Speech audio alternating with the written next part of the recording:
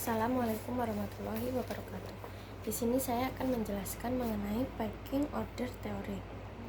Berlawanan dengan trade-off theory, pecking order theory menganggap bahwa tingkat cash holding yang optimal tetapi kas memiliki peran sebagai penyangga antara laba yang ditahan dan kebutuhan investasi.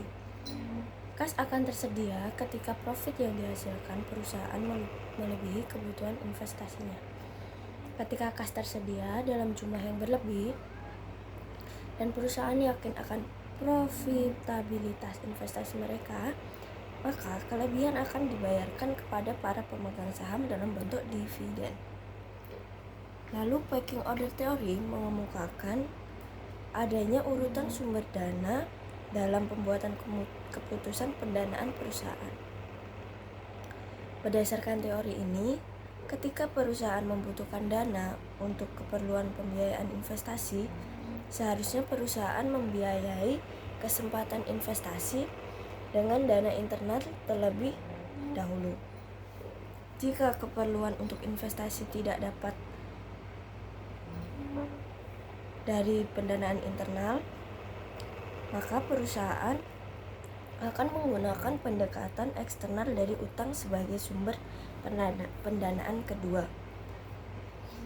Teori pecking order menjadi salah satu teori yang memiliki keterkaitan dengan variabel dependen, yaitu cash holding di dalam penelitian ini. Karena pecking order teori menjelaskan faktor penentu dalam menahan kas yang berkesimpulan bahwa tidak ada tingkat kas yang optimal, melainkan kas berperan sebagai penyangga laba ditahan dan untuk kebutuhan investasi. Kas akan tersedia ketika profit yang telah diperoleh perusahaan lebih besar dari kebutuhan investasinya. Perusahaan yang memiliki kelebihan kas dan yakin akan profit investasi mereka.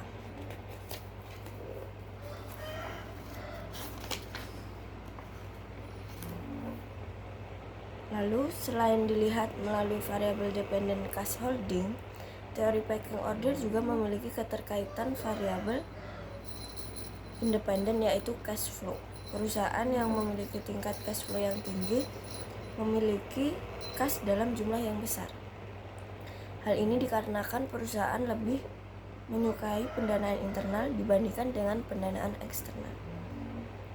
Lalu, variabel independent capital expenditure juga memiliki keterkaitan dengan teori pecking order ini. Menurut teori pecking order, ada hubungan negatif antara capital expenditure dan kepemilikan kas karena capital expenditure dianggap sebagai arus kas keluar.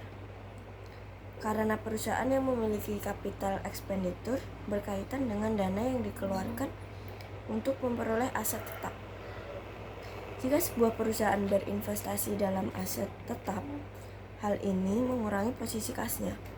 Perusahaan dengan capital expenditure yang semakin rendah, maka kapasitas hutang perusahaan juga akan semakin rendah, sehingga perusahaan akan memiliki jumlah tunai uang yang lebih besar.